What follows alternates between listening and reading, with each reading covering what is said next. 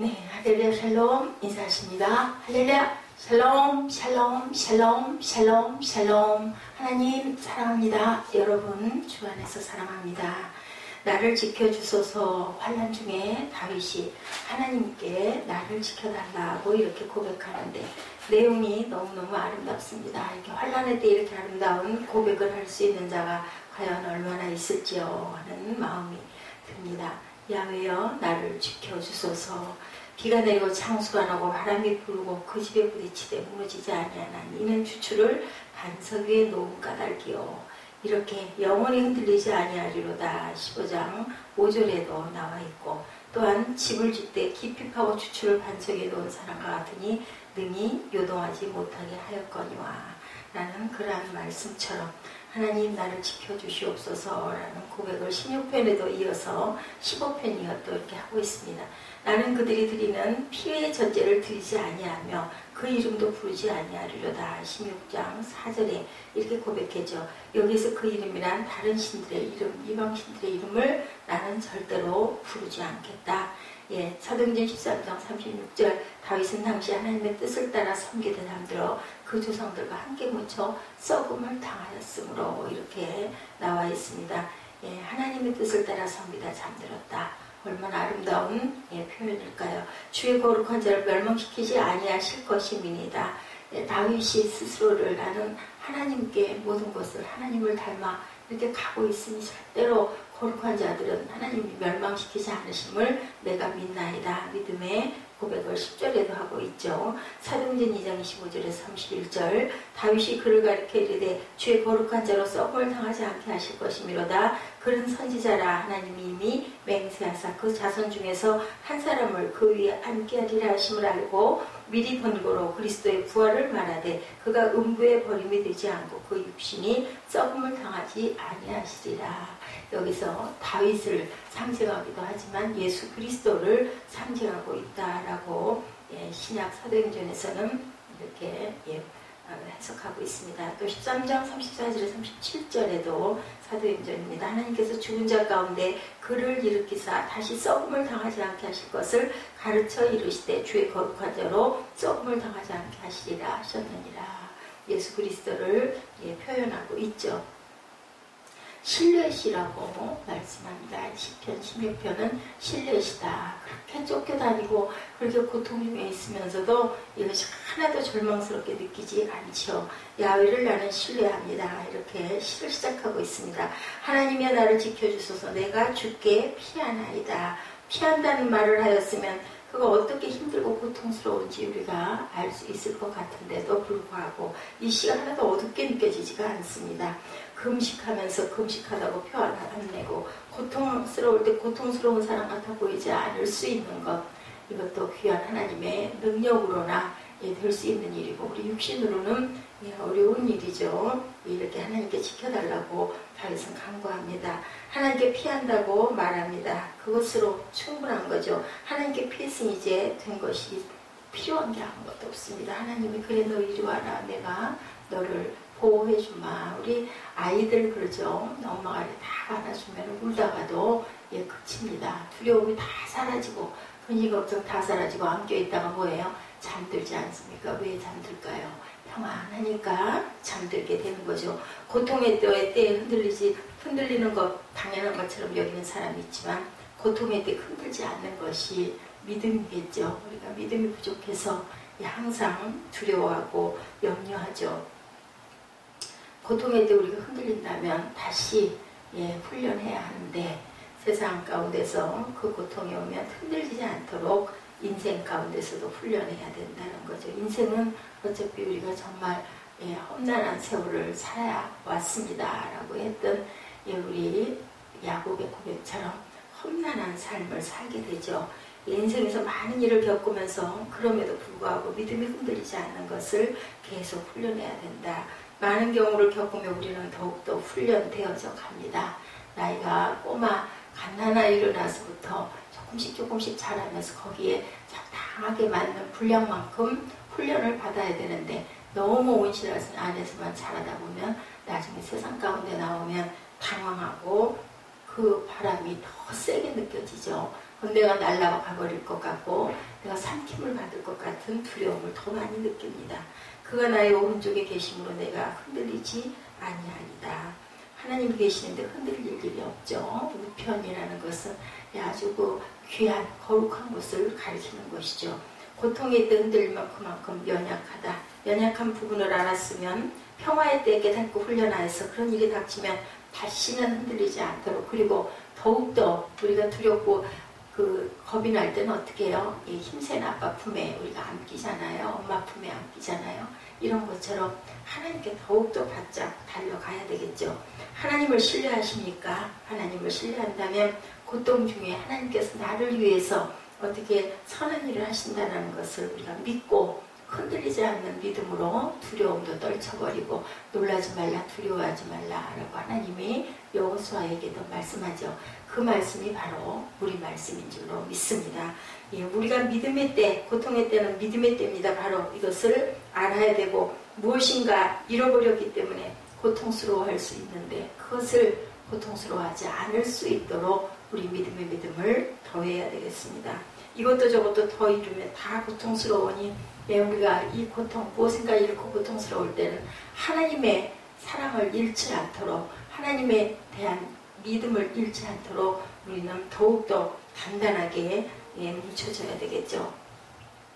야훼는 나의 산업과 나의 잔의 소득이시니 나의 분깃을 지키시나이다. 나의 것들을 하나님께서 지켜주신다. 5절에 고백합니다. 하나님을 자신의 유일한 산업으로 여기는 사람은 어느 것을 잃어도 당황하지 않죠. 하나님만 잃어버리지 않으면 되니까요. 우리가 우리에게 뭔가를 공급해주는 그 공급처가 있으면 우리 성수기에서 물을 따라 먹는데 아무 염려 안 하잖아요. 물 누르면 계속 물 나온다는 걸 우리가 믿기 때문입니다. 어디에 연결되어 있어요? 수도관에 연결되어 있죠. 그리고 정수 필터를 통해서 잘 갈아져서 우리에게 그 질병의 요인이 되는 그런 것들을 다 걸러서 막아서, 그래서 우리가 편하게 물을 먹을 수 있도록 시원한 물, 뜨거운 물이 각각 준비되어 있기 때문에 정수기 앞에 가서는 아무 염려 안 합니다. 그냥 물 눌러서 커피를 마실 때는 뜨거운 물을 눌러서 적당한 온도로 따끈하게 항상 데펴져 있다는 걸 믿는 것처럼 하나님께서는 우리를 위해서 항상 우리 예비하고 계시고 우리를 우편에 그늘대시고 항상 오른손으로 붙들고 계신다는 것을 우리가 단단하게 믿고 두려워하지 않아야 되겠죠. 정수기 앞에 가서 이 물이 나올까 안 나올까 안 나올까 걱정하면서 그것을 스위치를 누르는 사람은 아무도 없습니다. 자동차 키 돌릴 때 시동이 안 걸릴까봐 염려하지 않죠. 근데 그 기계는 너무너무 오래 쓰다 보면 이제 노후가 돼서 시동이 안 걸릴 때도 있어요. 그죠? 그렇지만 영원하신 하나님께서는 우리가 하나님을 의지하는 한은 항상 하나님이 우리와 함께 하신다라는 거. 가장 중요한 거 믿음입니다. 고통스러울 때가 바로 믿음의 때라는 것을 절대 잃어버리지 말고, 다윗은 고통의 때 하나님의 음성을 듣습니다. 하나님의 인도하심을 들었고 오히려 그는 더욱더 그의 산업을 누릴 수 있다. 나의 산업이십니다. 나를 훈계하신 야훼를 송축할지라 밤마다 내 양심이 나를 교훈하도다. 항상 나에게 내 양심, 내 안에서 양심이라고 표현한 것이 지금 우리 신약으로 보면 성령께서 나를 교훈하시고 타일러주시고 알게 하시고 깨닫게 하신다라는 뜻이겠죠. 그가 잃어버린 것이 작은 것이라면 그가 얻고 있는 것은 큰 것이라는 것을 우리가 항상 느끼고 감사해야 할 줄로 믿습니다. 그가 얻고 있는 것은 하나님의 교훈이었으면 하나님의 나라였기 때문에 내가 작은 것을 잃었지만 하나님께서는 나에게 큰 것으로 갚아주시고 큰 것으로 나를 보호하신다라는 것을 믿어야 되겠죠. 나의 고통의 때는 어떤 때? 얻는 시기, 잃는 시기, 송축입니까? 원망입니까? 내 고통의 때 우리는 무엇을 얻고 있는지를 항상 생각해야 됩니다. 더 큰 두려움인지 아니면 하나님의 은혜인지 하나님이 나를 안위하심을 느끼는 나의 충만함인지 이것을 늘상 생각할 줄 알아야 되겠죠. 하나님을 산업으로 삼고 있는지, 하나님을 알아가며 참으로 큰 행복을 느끼고 있는지, 무엇을 잃는다 하더라도 하나님만 계시면 나는 아무 문제가 없습니다 라는 고백이 다윗의 고백처럼 저와 여러분 고백이 되시기를 주님의 이름으로 축복합니다. 하나님을 아는 것이 가장 큰 행복이고 우리가 얻을 수 있는 가장 큰 부라는 것. 그렇다면 우리도 다윗처럼 고통이 아닌 것처럼 우리가 야훼를 송축하고 항상 나를 지키시고 항상 나를 인도하신다는 것을 고백할 줄 알아야 되겠죠. 감사할 때라는 것, 고통의 때가 어쩌면 가장 많은 것을 얻고 있다는 것을 우리가 깨달아야 되겠습니다. 이것이 바로 믿음의 때다. 네, 야훼는 또한 나의 산업이시다. 야훼는 나의 신뢰이시고 야훼는 나의 산업이시다. 야훼는 내가 믿을 때라, 믿음의 때를 더욱더 견고하게 할 때다. 그 중에 제일 중요한 것은 바로 하나님을 알고 하나님의 뜻을 이루는 것을 남기는 것. 사실 그것을 위해 우리는 이 땅에 살고 있는 거죠. 예, 우리 주기도문에 하늘에 계신 우리 아버지시여, 예, 이름이 거룩히 여기시오며 하나님의 나라가 임하시오며 뜻이 하늘에서 이룬 것 같이 땅에서도 이루어질지이다. 그렇게 우리가 기도합니다. 이런 것처럼 우리가 살아가고 있는 목적은 하나님의 뜻이 땅에서 이루어지게 하도록 우리가 하나님을 증거할 줄 아는 그러한 빛의 역할을 해야 되기 때문에 있는 거죠. 하나님을 알기 위해 우리는 하나님께 나아가야 된다. 하나님이여 나를 보호하소서. 내가 주께 피하나이다. 많은 사람들이 좋은 때 좋아서 하나님께 나가지 못하고 나쁠 때는 또한 나빠서 하나님께 나가지 못합니다. 너무 낭망되고 낙심될 때 우리 기도도 못하겠다라는 얘기를 고백들을 하죠. 그런 것처럼 우리는 좋으면 너무 좋아서 세상 일에 취해서 할 일이 많고 바빠가지고 사람 만날 일이 바빠서 하나님 못 만나고 나쁠 때는 나빠서 낭망해서 못 만나고 이래서는 안 되겠죠. 세상에서도 즐거울 때보다 어려운 때를 함께 보낸 사람을 우리가 더 잊지 않게 되죠. 내가 이렇게 고통스러울 때 하나님이 내 이웃이, 내 벗이, 아니면 내 부모가, 아니면 내 형제가 나를 이렇게 따뜻하게 위로했지. 이런 생각을 하게 되면 그때 기억을 하게 되면 그 사람이 참 고맙게 다가올 때가 있습니다. 그런 것처럼 우리가 고통 중에 하나님께 피하고 고통 중에 하나님께 더욱더 가까이 가서 하나님을 더욱더 알고 깨닫고 느끼는 그리고 만나는 그러한 저와 여러분 되시기 바랍니다. 주밖에는 나의 복이 없다 하였나이다. 사람에게 맞는 그 아픔을 하나님 앞에 가서 하나님께 구하면 돼요. 그죠? 때로는 그런데 그렇게 구하다가도 누군가에게 막 얘기하고 말을 듣고 싶을 때 우리 가장 가까운 벗에게 또 그것을 풀어놓을 때가 있죠. 그럴 때는 우리가 그냥 아무 소리 하지 말고 판단하지 말고 선생님 되지 말고 어떻게 해요? 그냥 품어주는 엄마의 노릇을 해야 될 줄 믿습니다. 그 길은 우리의 길이 아니고 그 길은 복된 길이 아니고 어떨 때 하나님이 아니라 다른 길이 보일 수도 있을 때 그것은 하나님 길이 아니라는 것을 우리가 생각할 줄 알아야 되죠. 주 밖에는 그러면 우리는 하나님 말씀 봐야 됩니다. 주님이 성경 안에 계시기 때문에 야훼가 우리의 기업이고 그러기에 그 땅에 사는 모든 사람은 다 대기업 총수들이라는 것을 우리가 알아야 되겠죠. 하나님을 알아가는 그 기업을 잘 경영해야 한다는 것, 그 일보다 더 소중한 일은 없다라는 것. 7절이죠. 나를 훈계하신 야훼를 송축할지다.